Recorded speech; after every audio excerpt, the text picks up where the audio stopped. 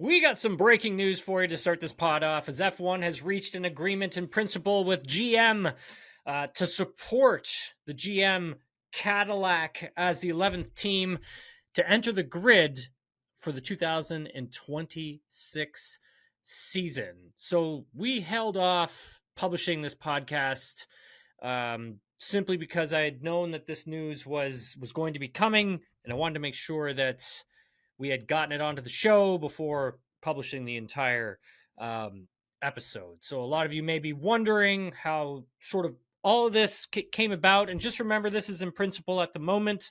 I think the team owners are definitely going to have some questions for sure. There's most likely going to be a meeting in there somewhere.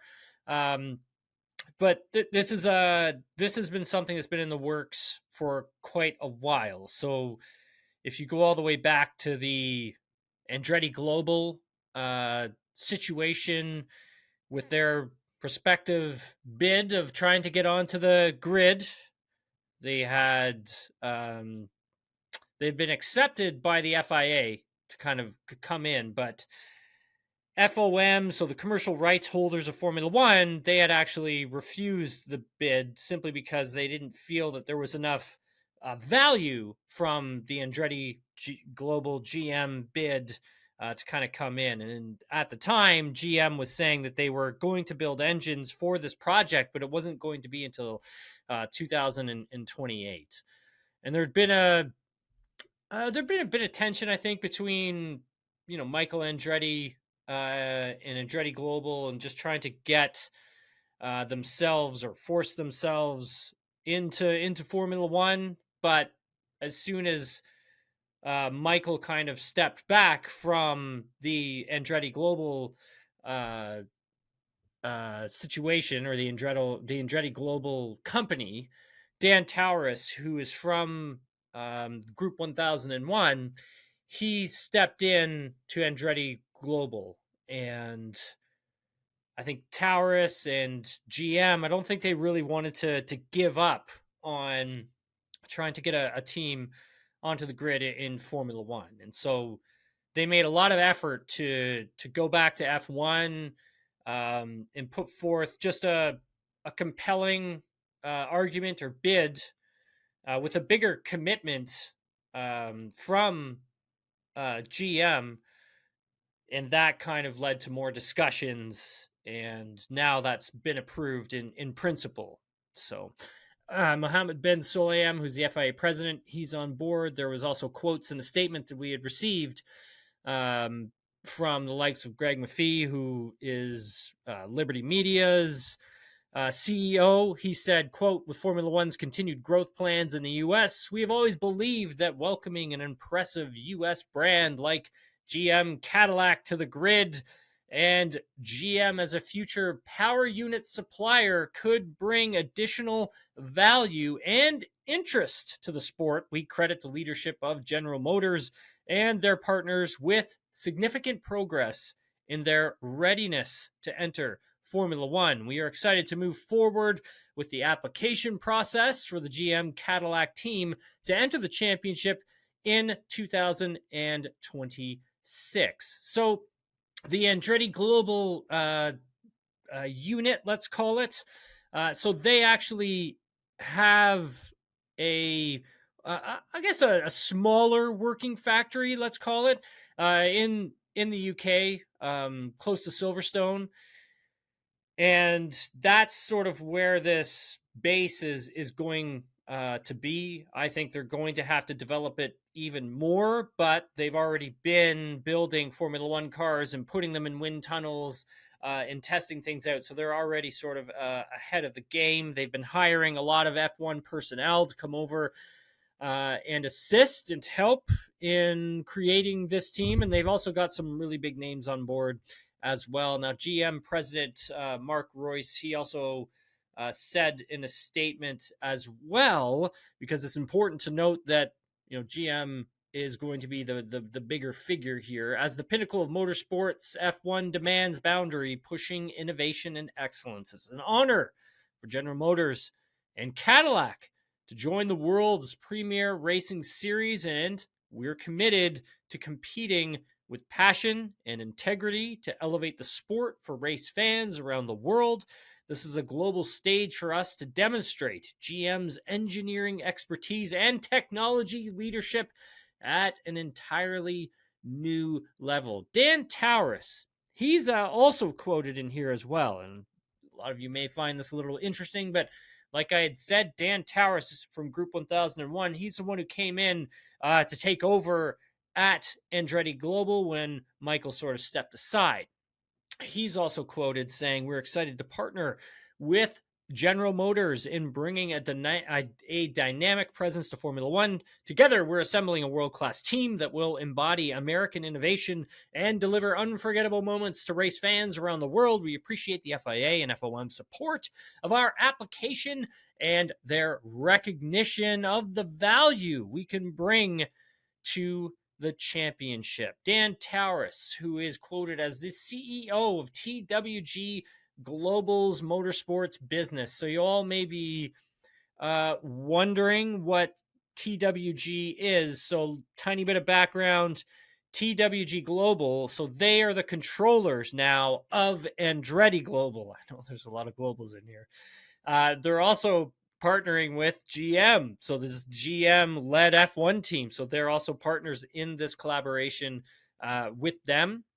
Also, Mario Andretti, supposedly he's going to be a director on the team's board, and that's going to be interesting. He, if Mario is going to be on the board, that will make him a part of this F1 team.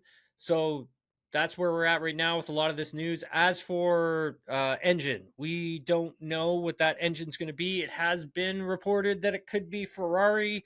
I also think it could be Honda who could come in, but let's wait and see. I mean, obviously, Honda partners with Aston Martin as a works team for 2026, so it definitely have to be an engine buy. So they'd have to buy their engines from whomever. It could be Ferrari, could be Honda. We don't know right yet. That hasn't been announced just yet, but there are reports circulating that it could possibly be Ferrari. In this podcast, you're going to hear us talk a little bit about this towards the end. I think, let's see what the team owners have to say. I'm going to be interested to hear and see what that is. But yeah, some interesting news, some big news. I just felt that I should get it onto the show as fast as possible so we could be as current as possible. Anyways, thanks very much, everybody. Enjoy the pod. 4-time world champion Max Verstappen. Say it. Feels good. Especially for all the Dutch fans and all the Orange fans that have been pumping his tires all year long. Well, we've all been like, whoa, but what if he loses? No, that was never really became a thing that was all that much in doubt, Tim Hauraney. But you know what I love about Max? I have to say, I was thinking about this on the car ride here. And I was thinking about, I think his greatness is amplified by the fact that he's won this 4 different ways. The first time he did it was up against arch rival Lewis Hamilton. Unbelievable season, probably the best ever. Controversial win, but they're not going to reverse it, so he won. The next year, he had the young, guy that you would expect to be looking him right in the eye his entire career, Charles Leclerc, who came out, Ferrari had the fastest car to start that year, and had they actually converted, might have been tough for Max to win. He won that way. He won against a young rival the next year. Then last year, he's got the best car on the grid, and people start to say, well, of course you're going to win if you got the fastest car. And Zach Brown said it.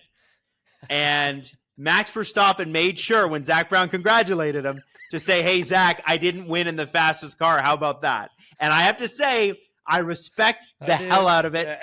Tim, you were in Las Vegas for Max Verstappen's 4th World Driving Championship. What was it like? It was awesome, man. It was awesome.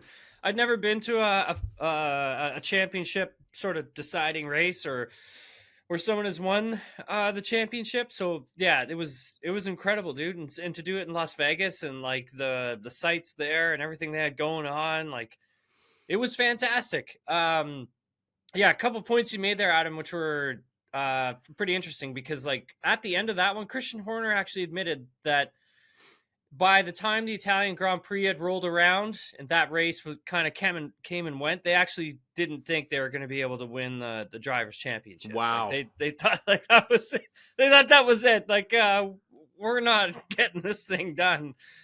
But I mean, that just shows you like how good Max is, right? Like I mean, like we've talked about this on here. I mean, Brazil is still just a perfect example where, look, they didn't have the best car. They didn't have the best anything. Rain does level the playing field. And he did everything he needed to do there. And he even said it. Like, he said, like, once Brazil ended, he's like, I knew, like, I had this thing wrapped up. Like, and during this weekend, Adam, like, you know, again, not the fastest car. Friday, or excuse me, I guess I should say, I got my days all mixed up. Thursday practice, struggled free practice 1, struggled free practice 2. Free practice 3 was a little bit better. You know, they brought the wrong rear wing with them that cost them a bit of straight line speed because of all the drag, but they were able to sort that out a little bit. And Max was the difference maker again. Like, this just shows you, like, hey, you know, and I said it on SportsCenter, like, Formula One, let's say, like, last year for sure, he had the most dominant car, but he was a dominant driver, and he had peaked at the right time. So too did the team.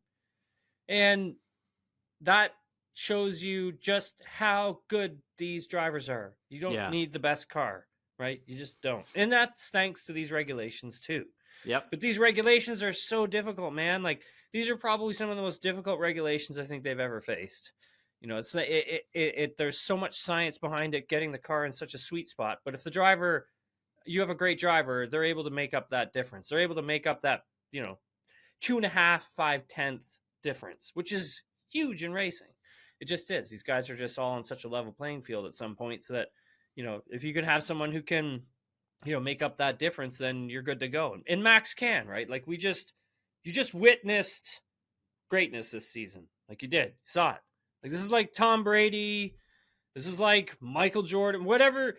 Insert incredible athlete here, and Max Verstappen's name is right beside it, like in any sport. So that's what we had seen this season. And, you know, like, he was pushed to the maximum, man. He was. Yeah, he certainly was. I mean, this is a guy who absolutely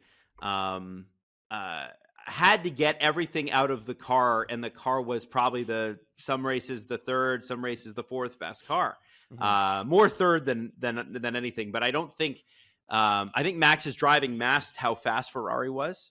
I think, you know, Ferrari's improvement up until the last few weeks has been completely ignored.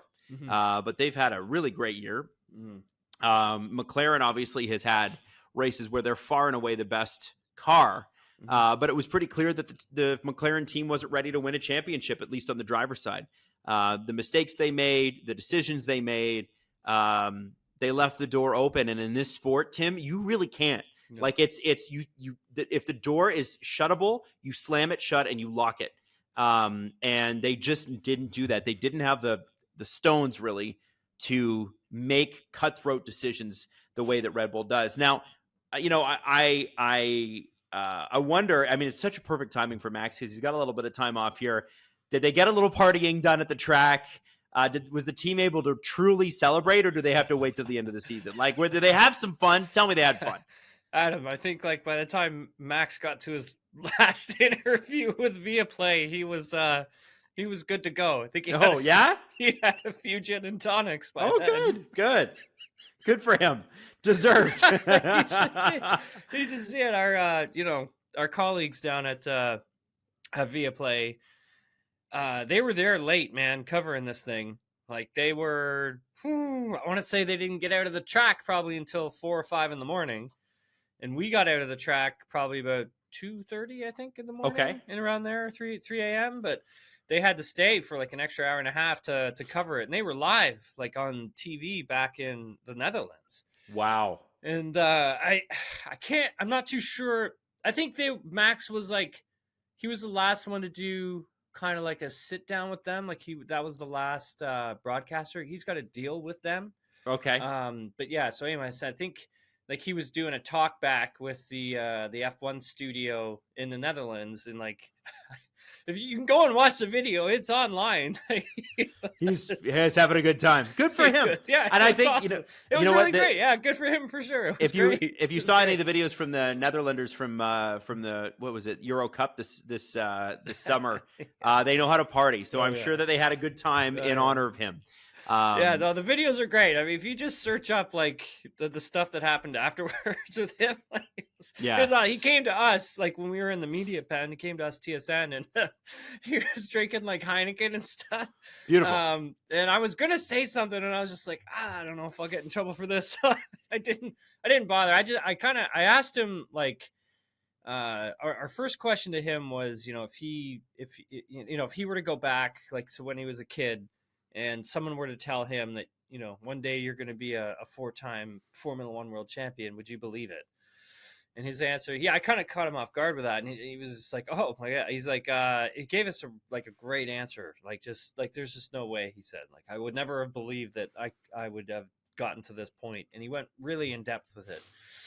Yeah, it was great. And then I followed him into the FIA press conference room. Yep. And he was drinking in there. He ran out of drinks, and he was like, "Look, I've run out of beers." He's like, amazing. Anyways, it was just he had his own sort of press conference in there. I can only stay for half of it because did they let him swear? Yeah, no, he didn't swear. No, no, I didn't hear him swear at all. But I was only in there for half of it because like I started like it's the stupidest thing. I started coughing.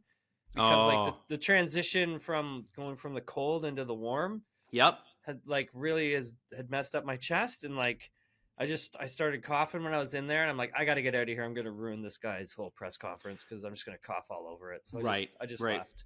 Okay, that's fair. Yeah, but I wanted to stick in it and like hear everything he had to say. But no, he was great with us, man. Like he was really good. He's been good with us all season, I should say. He's always given me like straight, like he's shot to the point, right? He's never really danced around it, never given me any PR spin. He's always been very open and honest about that, because I spoke with him on the media day on Wednesday. Actually, we had done our podcast, and then I went to the track to talk to him, and I'd asked him like how this drivers championship battle, how it was different from 2021 against Lewis, and 2022 when he was dominant at the back half of the season, 2023 when he had a dominant car. And I said, now, I mean, you don't really have a dominant car. And like, he just gave me a very thoughtful answer. Like, he's like, it's one of the most challenging ones for sure. And I think that this is only going to make him an even stronger and better driver out of him. Like, which is scary. That's scary to think about. Yeah, for sure, man. And I think if you look at next season, it's not going to be easy for them. It's not. I mean, George is fairly confident that he's coming, right? Like, well, George said it's about time somebody gave him a proper challenge, yes. Which I thought, a bit of a shot at Lando, but I don't think it was. Like, I think he's just, they're friends. It's not, you have fun. It's theater. I don't think he's like, let me just take a shot at Lando. I'll go play pickleball with him next week. Yeah, no. They're all like very cordial with each other, and I mean, you're gonna say stuff, right? I mean, I would have said something too. So it was funny. When I was in the media pen, I was waiting for Max to come around, and he was doing an interview at the far end, and Helmut Marko sort of busted in, and and like, it was the first time he had seen him since he, crossed the start-finish line and won the championship. He had been whisked over to the fountains at the Bellagio. Okay. And yeah, Helmut like grabbed him, and like the both of them had a big hug and stuff. I posted these pictures on my Instagram and on my Twitter if people want to see it. But like, they're very cool. Yeah, and then Lando came in right behind. And I didn't catch everything that Max had said to him. Like I got the pictures of the two of them like talking, but Max had said something like, "Look, I told you," like blah blah blah blah blah. And I think I'm not saying this is what he said to him, but I think what they were talking about was the fact that like, your time's gonna come. Yeah. He's like, these are things that you're gonna learn, and like it's going to take a bit, but just Yeah. remember, like, you're learning as you're moving forward. And he's like, this is what I had to do, and blah blah blah blah blah. So I thought it was a really cool moment, and like I wanted to make sure I captured that moment. So yeah, definitely I don't know, took a couple photos of it, posted them on my socials. But I just think it shows you, Adam, like, the friendship those two have with each other. Like, look, they're not best friends, but like they are fairly good, fairly good mates. But I think, like, when I look at the two of them, it kind of seems like big brother, sort of little brother, sort of thing. Yeah. Yeah. I get that too. Tim, I think there's got to be, we talked about, we'll do a Lando Norris sort of recap at some other point. Today's got to be about Max.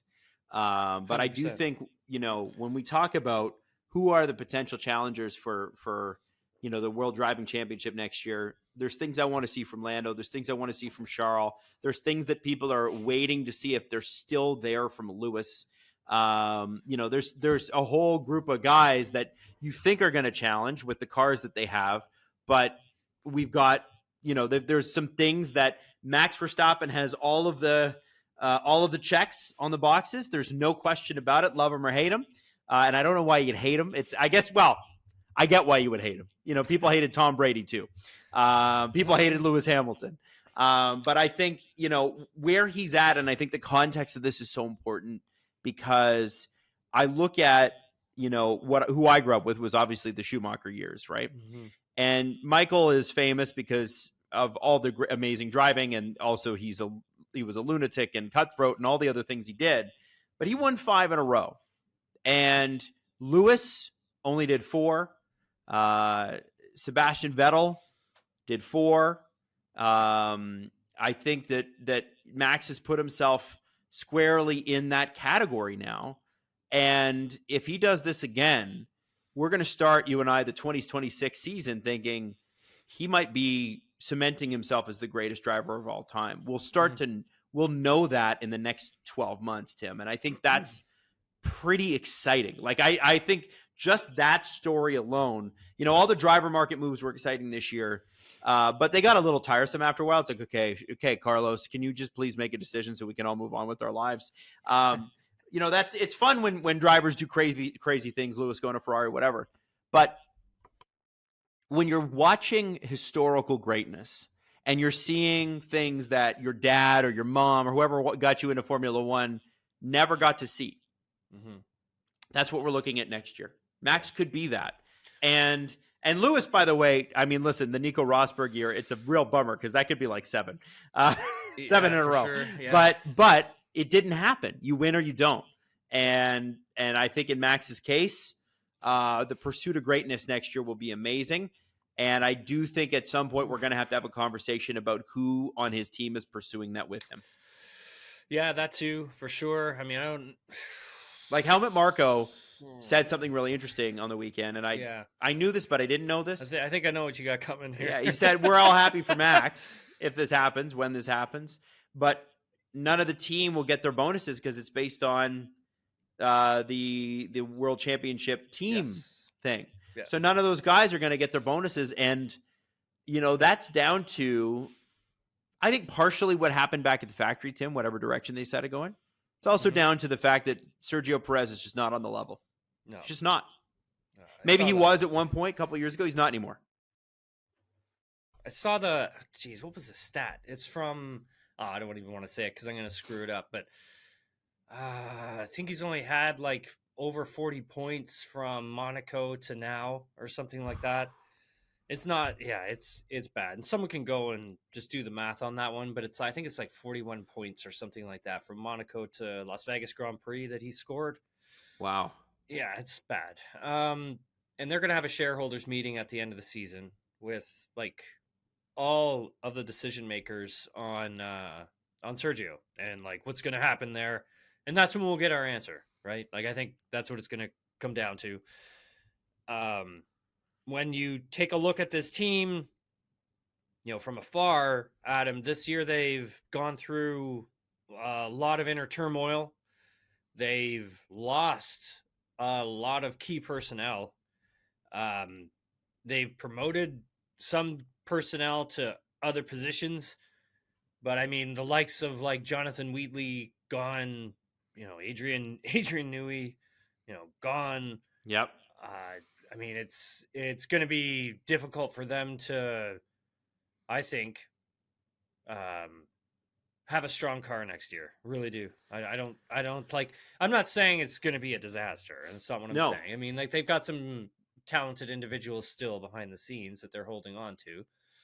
The likes of Pierre Vacher. I mean, having a guy like that is a good thing, but I don't know if he's enough. Like I think it's going to be a hard year for them next year. I really do. I don't even in 2026, man. Like Jump ball. if they can't get the engine program that they want and have it competitive, that Red Bull powertrain Ford relationship. I mean, it's What are you hearing about it? Are you hearing nothing. I'm not hearing Nothing. anything about their stuff. Hearing good things about Mercedes. Yeah. Well, I don't know if that's like Total Wolf, like throwing it into the media, but like Probably a little. But they're good with that though, right? Like that's Mercedes's, that's their backyard, man. Is like this engine regulation. If you look at the 2014 engine regulation, Mercedes was the strongest, right? And it took everybody forever to catch up. Yeah. And now it could be the same thing. They know how to do these hybrid engines, do them proper. And this is going to be like Red Bull's sort of first go at doing that, building an engine, like period. So 2026, I mean, it could be a disaster, right? It could be, right? So that's where I'm like, I don't know if Max can win again. Like, I don't know if he can. At least I don't with know this if team. Yeah, at least with this team. Like I'm not sure if he can he win next season? I mean, anything is possible, but I mean, the competition next year, Adam, is going to be pretty fierce. Like, yeah, and we had, I would imagine four teams, obviously the four at the top, but I can't. I have a hard time believing Aston Martin won't be resurgent, and Williams could surprise, I think, as well. Same with Alpine. Look at them this weekend. Weekend. They've had great results. I mean, they almost have a B spec car now. Look at where they started in Bahrain. Yeah. Now look where they are. Like, tremendous turnaround in performance from them. But I think that also again comes down to like, understanding the regulation, understanding like where you can go with it, and having the right people behind the scenes to help you make the car that you need. And if Red Bull doesn't have that, man, it could be really hard. It could be really hard. I think the only difference maker is going to be Max. That's it. Right. I think they could show up with a very difficult car, and I think if it's not for Max, they're nowhere. Really do. Well, and then the question becomes if that car isn't good, or if Max is unsatisfied with the team, all things are possible.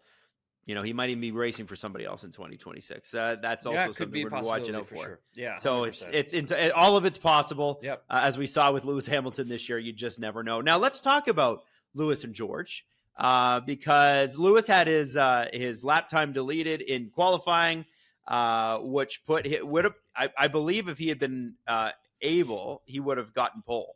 But probably, yeah. He was able to, and this is classic Lewis Hamilton, climb to number 2. George at number 1. The Mercedes is fast, Tim. Weather conditions, I think the cold really suited them, Adam. Okay. That was a big thing. It's saved them from a lot of overheating, which they suffer from with the tire. Okay. So like the hotter it is outside, usually the more Mercedes struggles. So if you look at Canada, it was cold. They did really well there. If you look at Spa, it was colder. Yep. They did well there. Silverstone was freezing. When I was there for that. That was so cool. I mean, again, they were fast there. Lewis won. And then if you look at Vegas, it was freezing there, Adam. It was just as cold there as it was here. That's crazy to think. Yeah, it was colder at some points, man. I could see my breath. Like it was freezing. Wow. I definitely didn't pack properly for that one. Next year. Didn't pack right for it. I should have looked at the weather, man, before I went, but I didn't. Anyways, that's my fault. No, I think what happens in the race for them is not just qualifying, but I think the race is that whenever the tire starts to get a bit too cold. Like if you put a bit of slip into it, so you get a little oversteer, you put some understeer into the front tires, uh, that generates heat. So that's, I think, helping them Right. because the track was so cold and it was so cold outside. That is a good balancing act for them. So to heat the tire up a bit and to bring it down into a sweet spot. And that's how they were so good here. And then obviously great driving too. I mean, Yep. not to take anything away from what George or Lewis did because they were tremendous. But in terms of like the science of it all, like that's kind of like how that played out, and it was down to the drivers to figure it out from there. I mean, at the opening, I talked to George about this, and about the opening, I was asking him sort of like how concerned he was because he had Leclerc coming for him. He couldn't really pull away. Yep. And then he had Carlos coming for him at one point as well. And I think for George, it was just all about maintaining that rhythm and having that open track in front of him that just he was able to just pull gaps when he needed to, control the pace. And for Lewis, God damn, that was a great drive.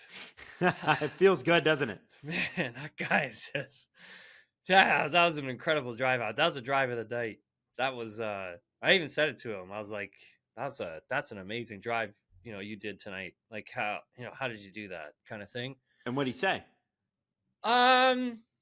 He felt that there was a few more laps left. He probably would have been able to get George. I think he's right. I think he could have. He was the faster driver. I think if there were a few more laps left, he probably would have gotten George. Wow, that's just unbelievable, isn't it? No, he was. Yeah, Lewis was incredible out there. I think also pit stops played a role in there too, Adam. Like I think he felt that if the team had pitted him at certain points when he wanted to, he probably would have had an easier chance at getting George as well. So I think there was something there that he probably needs to have a discussion with the team on for next time to try and get that sort of sorted out a bit more. And yeah, no, man, like Lewis was Lewis. He was incredible, Adam. He was, and I think covered in all this as they've been sadly ignored all season long is Ferrari. Mm-hmm. I think obviously if you're a Ferrari fan, you haven't ignored them, but they've had some really great results, and they had more great results this weekend. And that car is a lot faster than people are giving it credit for. It might be the fastest on the grid, might be the best overall car right now. Depends on how it's going to do in the desert, the real desert, the Middle East, right? You got two hot races coming up. Even though they're night races, they're still a little bit hotter than Vegas. So what do you think, Tim? What do you think about Ferrari's performance? Where do you think about where they stack up in the grid now? Because this is changing weekly now.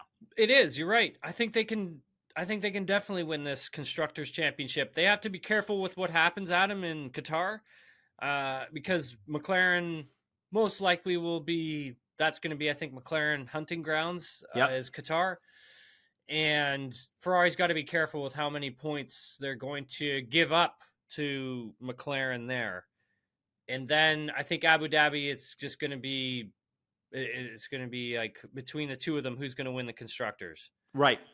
It's going to be close, right? It's going to be very, very close. Some people don't think it will be that close, but I do. I think we're in for a close finish in the team's championship, which is, for me, I mean, I love the team's championship. I'm very excited for that one. And you make a great point about Ferrari, and I got to sit down with both drivers on media day, and it was funny because, like, I wanted to talk a lot about their season simply because, they had a strong start. They were the only team that could challenge Red Bull. Mm-hmm. And then they had this huge drop in Canada, massive drop in performance. And then they started to come back a few months ago, back at the Italian Grand Prix. Mm-hmm. And it all kind of came down to some parts that they had introduced to the car, Charles was telling me, in Spain. And from there, some things they didn't really understand, like, properly. Monaco was a bit of an outlier for them. But once they got the understanding of, like, where did they go wrong? How did they go wrong? They started to make some changes and come back. And I think that shows you just how particular, the regulation is, you can't just throw a huge amount of parts at the car and expect it to be fast right away. Sometimes it throws you a curveball and you got to figure out what's going on. Mm-hmm. And that's essentially what had happened. They put a new floor on the car, kind of took them for a ride, and they had to figure out where did they go wrong. Once they did, I mean, they've been outstanding. Both drivers too, right? Like, I mean, obviously this is Carlos's last year with Ferrari. He wants to make sure he signs off with as many successful drives as he can. He was great in Las Vegas. Charles was too, and I got the inkling that maybe Charles was being a little too kind at some points. Like I feel like maybe like he didn't, like Carlos didn't get anything handed to him. I mean, Carlos had a hell of a race, man. Like he was in it at some points. Like I think for him, he didn't even know where he was going to finish because they didn't have the fastest car in Vegas this past weekend. And for him to come away with a podium, I think they were all like really surprised. But again, right? Like I think for them, both of them have to work together if they want to win the constructors for sure. Yeah. And so someone's going to have to give up something at some point. That's just the way it's going to be. Yeah. And then, and that will be very interesting. It does set us up for a little bit of good drama towards the end of the season, doesn't it? It's lovely. For sure. Let's talk a little bit McLaren here. I think that they've got to be careful here, Tim. They have not locked up this team championship like I think they should have. Mm-hmm. Pretty mediocre start by their standards, mediocre finish by their standards, mediocre qualifying by their standards. What do you see from them the last couple of races? Is it looking kind of bad for them now? I think this track is an outlier for them. Like hearing from Andrea Stella after qualifying, it really did sound like this wasn't the perfect sort of track, weather conditions for them. I think they did the best that they could with what they had, and they executed as much as they could. Okay. I think it's just such a difficult weekend for them. And I think the weather really played a huge factor. Like they're really good in high speed and hot temperature conditions. They're able to control the tire a lot better. But when it gets cold, I think they have a lot of issues with generating enough heat in the tire.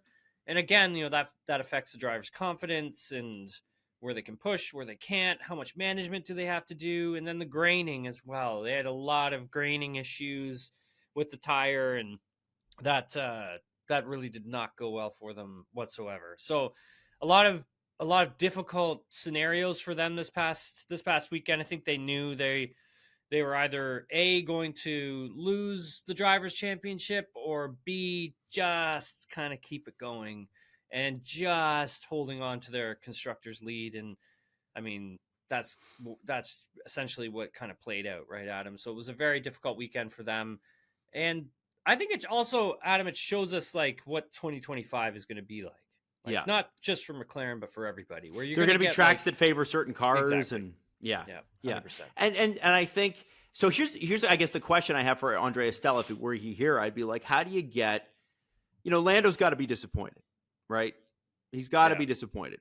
For sure. He had a chance. Maybe it was an outside chance, but he had a chance. I mean, according to Max, Adam, if he had had the Ferrari or the McLaren, he would have won the championship. So, well, there you go. So what do you do to get him back focused for what for the team is the most important championship they've had since 2008, 2009? Yeah. I mean, this has been a long, long road to get back up to this level. They got to focus. You can't let Ferrari take this. It's going to be hard. I think for the team, I think for the team, like Lando's got a good team around him. Piastri's got a great team around him too. And I think as a whole, McLaren they're a very strong team, and they're in a position they haven't been in a very long time. So they need to learn how to win this thing, right? The constructors. And can they do it? Can't they do it? I mean, let's see what the last two races, man, because it's going to be a dogfight. There's no question about that. Lando moving forward, I don't know if you want to get into this on another pod, Adam, but like he's got some things to learn from this season, and they believe in him, right? McLaren believes that he is a championship level caliber driver. I think he is too. I know some people are gonna like disagree, and that's Mm-hmm. fine. But look, he's won championships in other categories. He's been close to winning championships in other categories. He's been in these fights before, and it's learning territory, like Max has said. You gotta learn how to go through these battles to come out on the other side. Right. Well, we'll see what happens, and they gotta finish it, man. They gotta finish it now. Something that we've talked about on the show multiple times before, and it seemed inevitable, and then it seemed impossible, and then we had a notable resignation or a step back from the team, and it's now looking like Andretti Cadillac will join in 2026, and that will be the 11th team. Yeah. They're supposed to be the lead. I mean, I guess that F1 is keeping it open to other teams that could make the jump in, but it's looking like Andretti Cadillac is the leader. Michael Andretti, of course, stepped back a few months ago. I wonder, Tim, if the relationship between Michael and the other parties was so contentious that for this to get done, he had to step away.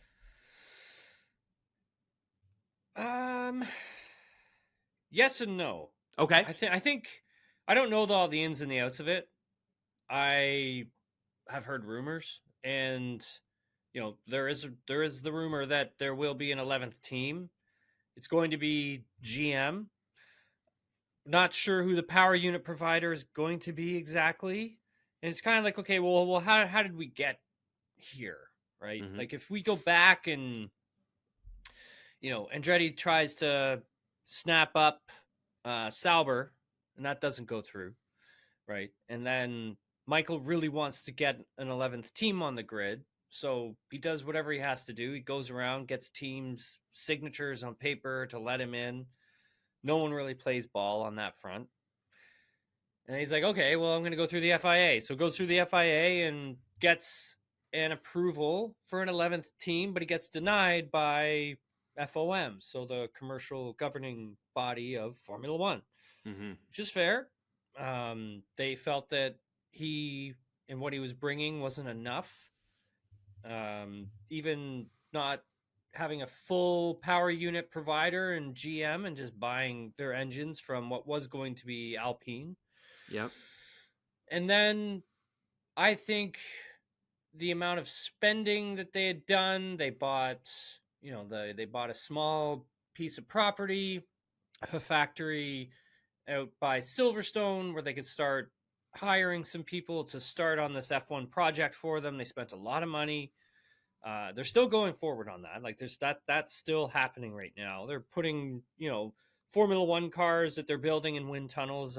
Believe they're using Toyotas in Cologne right now, if I'm not mistaken.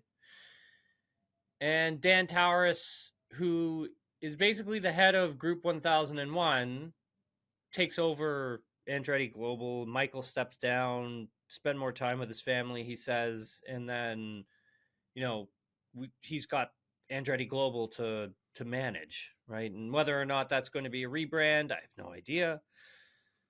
And I think there's more conversations to be had between FOM and Dan, and then also GM as well, because I don't think GM has lost any interest in coming into Formula One. I think they really want to come into Formula One.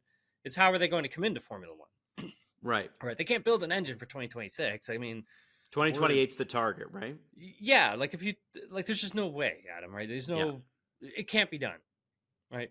They'd be so far behind, it would be a disaster when they hit the grid. Yeah, no, they need to be competitive. Right? They need to be competitive. So they'd have to purchase an engine from someone. So who's that going to be? Some people are saying Ferrari. I think it could be Honda, but We'll see. We'll see. No one really knows. It's all just, again, it's all up in the air at this moment. Supposed to have an announcement sometime this week, but again, who knows? How are the team owners going to take this? Right? Like, yeah. And what is the anti-dilution fee they're going to be paying? But remember that, and that's another thing, and I think people should think about, is the anti-dilution fee. I know everybody wants like another 11th team and all this stuff, and it's great, and yes, we all want to see it, but what is that value? Because at this moment, $200 million is not going to cut it, right? Like, think Yeah. about that for a second. We need to understand like where these teams are, right, Adam? Like, they're not being sold for $175 million anymore. Like, they're No. worth $1 billion. Yep. Yep. Okay. And you're going to bring an 11th team in. You're going to water down the Constructors Championship and how much money these teams get from that. And some of these teams really need that money. So, how are you going to cover that off? And how are you going to cover it off for the next, I don't know, 4 years? Right. How are you going to do it? So, Yeah. that needs to be, there needs to be a discussion. Like the team owners in Formula One, GM, or whatever this 11th team is going to be called, is going to be Cadillac, GM, is it going to be like, what is it, right? Like, we don't know the full scope of this thing just yet. And how much is that going to be worth? Right. Because if, I don't know, if you come in with $425 million, Haas is worth almost $1 billion. I mean, that we got some, that's definitely going to be a conversation, right? It has to be, I would think, right? I would think so. Yeah. Right? Like Adam, put yourself in a team owner's position. What would you do? Well, being a team owner, you want to get your money. So whatever the way is to start there. So Ferrari, let's just say, and I think $4 billion. Mm-hmm. Well, I think that it would be a mistake if you are Ferrari or Mercedes or any of these other companies to look at the admission or jumping in of a American builder as something that will dilute your asset value. I can understand you telling me, I can understand the argument, well, the prize money won't be the same. I mean, you could figure out the prize money. But the idea that Cadillac joining the sport would somehow take away value from the Ferrari franchise in Formula One or the Mercedes franchise in Formula One or McLaren or any of the is completely false. And the reason, I don't have to think about it, I know it, is that it expands the global reach of the sport. And the sport has been traditionally German and British and Italian and French manufacturers competing with each other. It's been a very Euro sport. And Toyota was in there for a bit. Honda's been in there for a bit. Honda's had a huge, I'm not trying to take away from Honda. Just let me just be clear about that. But as a brand name within the sport, a team name, Honda, was in there for a bit, and then obviously famously became Braun and then became Mercedes, right? And so what we have been missing, I mean, we haven't had a Ford team for a long time. There was Jag, but Jag was in there because it was a high-end Ford product and it was British. And I think, Tim, that if these guys, and I don't think that they are, if these guys are worried about Cadillac somehow bringing down the asset value of their sport, I think they're nuts, because you're going to have a bunch of people who are Cadillac people or American. There's still those dyed in the wool American. I will only drive an American car. I will only root for teams where American engines are present or whatever else. There are those people. You want to bring those in. Cadillac's the way to do it. And I think it's great for GM. Obviously, they want to re-elevate Cadillac to where it used to be. Yeah. But also on the Formula One side, I think if you're Ferrari and you beat a Cadillac, if you're Mercedes and you beat a Cadillac, that looks pretty good. Like, there's a reason why the Ford versus Ferrari thing, that movie, there's a whole reason why that happened, right? It was about brand. It was about who had the fastest car, the best engineers. Which side of the world was that on? Yeah. Right? So I think that it just generates more interest. I think they know that. I think they're probably, as you said, worried about the prize money. And I'm like, dude, you guys, there's so much money coming to the sport. I just don't know why you'd worry about it. I can see. You've sort of convinced me here, Adam. Okay. All right. Sorry. No. It's good. Like, I see your point. I think I think you want to have GM come into Formula One. I think it's important. I think they can bring a different side to the marketing aspect of the sport as well, which I think is huge. Having an American OEM come into Formula One. I think also, yes, is important. Again, remember, we are getting Ford. So Ford is also coming into Formula One, so we can't forget about them. Yep. And Haas is an American-owned team, so we can't also forget about them either. Yeah, but they're not a manufacturer, right? Yes, and Haas was willing to sell to the highest bidder, as we saw with Ural-Kali. I'm not going to comment on that. Well, it's true, Tim. Haas has done not a great job of identifying themselves as America's team. They haven't. But if you take a look at bringing in an 11th team, Adam, if you're again, let's say Ferrari. If you're Ferrari and you're valued at $4 billion, yeah, does that drive that value down? No. Now that you have a team that's entered into Formula One for, let's say, I don't know, like $500 million. Yeah. No. Does that bring your asset value down? Well, I understand. That's what I'm getting at. Purchase price, it matters. It matters. You're right, Tim. But that's what I'm saying, right? Yeah. That's what these, look, I mean, I know everyone's saying, these teams are worth, but these teams are like, hey, I'm now valued at X. I'm not jumping down to Y. I get it. I'm not going to be diluted here. I don't know how that works. I don't know exactly how that would all work out.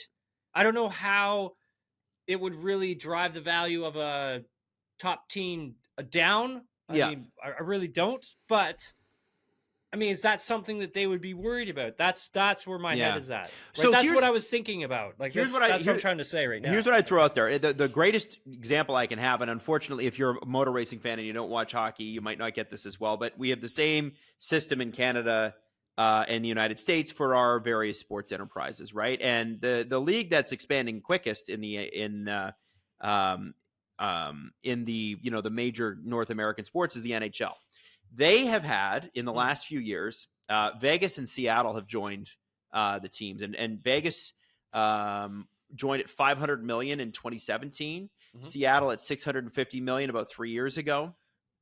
And the next franchise is supposed to be somewhere between $1 billion and $1.5 billion. And when Vegas joined, because it was so successful right away, they went right to the Stanley Cup final. They were competitive right off the bat. Bunch of misfits, great story, fantastic. It actually pumped the value up of the sport because Vegas is a great market. It's a great market for sports fans, as it turns out. And they also did it right. They put on a show. They have a great arena, all the things that you need to do. Yeah, they do a great job. If Cadillac comes in and does a great thing here, and let's say they come in at $500 million, $600 million, the Leafs and the New York Rangers, the Toronto Maple Leafs and the New York Rangers at that time were both worth around $1.5 billion to $1.75 billion. Okay. After Vegas came in, they were worth closer to $2 billion. Okay, so that's what I'm saying. So how, and that's where I got started with this whole topic from the beginning. Yeah. How does that work? That's what I don't understand. So here's what happens. This is great. Yeah, run me through this, please. Because this is 12 years old. They pay what's called an anti-dilution fee, right? And so they pay their $500 or their $600, or in the next case, let's say Houston or Atlanta or Arizona, they all come back. They're going to be $1 billion plus, just to get the tag, just to get the right to have a team. And that is spread around all the owners, so they all get a piece of that. And the hockey players don't get a single cent of it. They don't participate in that. That's buying into the club. And so what'll happen, I think, in Formula One is much the same, because Liberty is a North American entity. These guys will come in at whatever price it is, which I'm sure they're negotiating right now. And every team will have an equal share of whatever that money is that they paid to come in.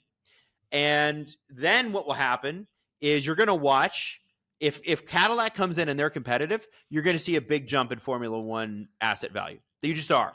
And if they go with the Ferrari engine, I think that's a pretty safe bet. Mercedes would be another one.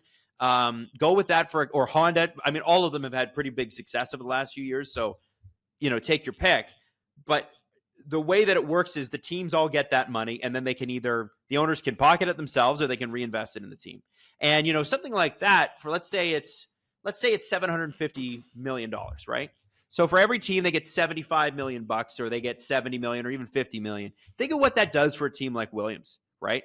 Where you've got a bunch of outdated equipment, you got a bunch of outdated processes. Dorland Capital has been aggressive in trying to fix the team, but more funding would help. That could switch Williams up in like a year or two, right? That could completely change their trajectory. So if I'm at Williams, I want that fee as high as I possibly can get it because I need that money for CapEx. I need to put that into Your the capital team. expenditures, yeah. Pull us off the Excel sheets. Yeah. Please pull us off the Excel sheets. Give us a computer system that's somewhere in the last 10 years, and let's revitalize. And I think that's how you do it, Tim. Now the question will be the money. And I listen, dude. If Formula One says it's $1 billion, then that's what it is, right? And I understand that. If it's $1 billion, Ferrari being worth $4.4 billion is going to go up way higher. Interesting. That is because it's a monumental brand. So whatever that number is that Cadillac comes in at, I would tell you that their value is going to go up. It's good for an American team. I hope the next American team is somebody like Ford. Like I honestly or the next team, if they ever round it out to 12 teams again, it's got to be like a Ford or a BMW or something like that. You've got to have a major worldwide brand come in because that's going to grow the sport the longest. Does that make sense? Yeah, absolutely. Well, you want them to have some skin, like you want them to make sure that they have a long-term commitment to the actual sport itself. Because in the past, Adam, you remember, like some of these manufacturers would just easily come in and then they'd be like, we're not selling cars. See you later. We're out of here. And it's like, hold on a second here. Yep. You can't keep doing this with motorsports. Right. We've had this discussion on here before. Yeah. Yeah. Like you can't just like jump in and jump out. And so there has to be, they have to have some sort of a long-term commitment. And that's where this Concord agreement thing comes in that I'm trying to talk about here. This is like right now it's at $200 million for an anti-dilution fee. It's going to be much higher than that. Yeah, but that's not going to be until 2026. Yeah. And not all the teams have like signed up for it. Yeah. So it's, I don't know what's going to happen. It's like, and I want there to be an 11th team, more stories for us. Oh, more amazing. opportunity for drivers, young drivers, especially, which I'm very, it's very important to me to make sure there's more young drivers being able to get a chance. And I would like there to be a young American getting a chance. And hopefully if this GM thing works out, then hopefully we will get that. And that's what I would like to see. We have questions, Adam. I know we wanted to keep this thing kind of short, but let's do it. Okay. I got a Blue Sky. I got a question from Blue Sky, Adam. I love it. There you go. Right. I love it. Rob Johnston asked, I might have missed it, but did Carlos cut the pit entry when told to stay out? Sure looked like he was inside the pit lines for pit entrance, but also hard to tell with the layout. He was, but he didn't commit to the pit entry. So he didn't commit a breach because he never really entered the pit lane. So I see. Had Sainz crossed the dividing line and still sort of entered the pit lane to sort of, pull off the stop, but then came out, then that would have definitely resulted in a penalty, but he didn't do that. So that's how he got away with it. Good to know. On to X, the CW. Vegas is one of the best races on the calendar, no question there. Just stop with the late start. 7 p.m. It's dark at 4:30. Adam, what do you think? I agree. Tim, why are you asking me? You're the one that didn't sleep all weekend. You tell me. Yeah, but it's like I'm there working, man. I'm not going to complain about that. The hours are what they are. I think it'd be better for me to ask a viewer like Adam yourself, like Eastern time zone. I guess this thing wouldn't have been over until 2 a.m. Yeah. Time. How was that? Like, were you sleeping? Like, what did you do? Yeah, I couldn't stay up for that. I can't do that anymore. So I woke up the next morning and just watched it first thing. So if it were a little later, what would you have done? Well, like a little later in the morning. Like, let's say a little later in the day. Like, let's say instead of it being a 10 p.m. start on the Pacific Coast, which it was, let's say it's 8 a.m. Or sorry, 8 p.m. Does that help? It's 2 hours. Absolutely. back. Huge. I could stay up till midnight. I just can't commit to staying up because you remember, hey, if there's an accident, could be an hour to clear it up. So I can't commit that kind of time, right? Okay. Yeah, especially on a closed course, right? On a race course, a street course though, it's like, man, it could take forever to clean that up. At Jenna 168771.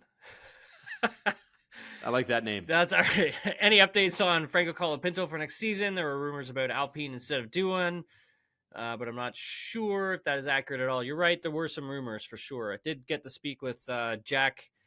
It didn't sound like he was going to be booted out of that seat. Sounded like he was going to be in there for next season. However, let's see what happens there. But again, the Colapinto to the Red Bull Racing family is still definitely a topic that is ongoing. Fiona, between Haas, Alpine, V-Carb, Adam, who do you think finishes P6 at the end of the year? Man. Haas looks good, man. They look good. I was going to say Haas. Yeah, good, I really dude. liked them. Magnussen had a great... there were moments where I was like, hey, Magnussen's... He's on fire too. Yeah. So I give it to... And Hülkenberg, man, I hope that car is okay for him next year because, man, it's been nice seeing him have a career resurgence. Because I know he's not at Haas next year is my point. Tamara Sutherland, have you enjoyed following Valtteri Bottas's on what's next adventures? A casual Ironman here. Nice. Right on. Love Same that. Here. A sly fundraiser for charity there. Oh, yeah, because he did like an Ironman challenge when he was in the Turks and Caicos a couple weeks ago. Oh, yeah? And yeah, because like I've been... yes, in his bed. Like he starts in his bed and then he goes right into a pool, yes. right? So I have been to the Turks, and there's no possible way you're doing an Ironman on that island. The resort that Valtteri was at, my girlfriend and I snuck in there and used their infinity pool one year. Oh, all right. Good for you. I like that. Long time ago. Like this is back in 2016. Yeah. Awesome. Sorry. The question, right. The question continues. And if the rumors are to be believed, when might we see any announcements about reserve driver lineups, and what would that mean for Mick? Oh, well, Mick Schumacher? I think. Look, I don't know what's going to happen with Mick. I would assume, Valtteri may take that reserve driver role at Mercedes, even though that hasn't been announced yet. And I really enjoy the what's next. I like them a lot. I mean, that's got me tuning into Valtteri's Instagram way more often. They're very well produced. Yep. And I love them. They're great, man. So as far as Mick, I don't know, man. I just don't. It doesn't seem like anybody thinks he's got it. And he would have been in a seat by now. There was a lot of seat movement this year, and none of them went to him. So I think that's kind of, to me, unless he just absolutely wrecked shop at some other formula or some other racing, and he's done a good job in distance with WEC and all that. But he's got to be like unbelievable standout to get another shot at this. Yeah, I think so. Yeah, it's going to be tough. I don't know what's going to happen with Mick. I really don't. There hasn't been much. There hasn't been many rumors surrounding Mick at all right now, so I haven't heard much. Have heard a lot about Valtteri going to Mercedes as a reserve role, but again, that's not confirmed either, so we'll have to wait and see. But I do enjoy the what's next. They are very, very, very entertaining. Yeah. I really like them. They're great. Yeah. And that is all the questions, Adam. Okay. That is everything. All right. Well, Tim, real pleasure. And, you know what? We haven't even figured out our next recording day, but we will. And if we get some news here in the next few days, I'm sure we'll have a show. But until then, Tim, go get some sleep and get back on your schedule, my friend. Thanks, buddy.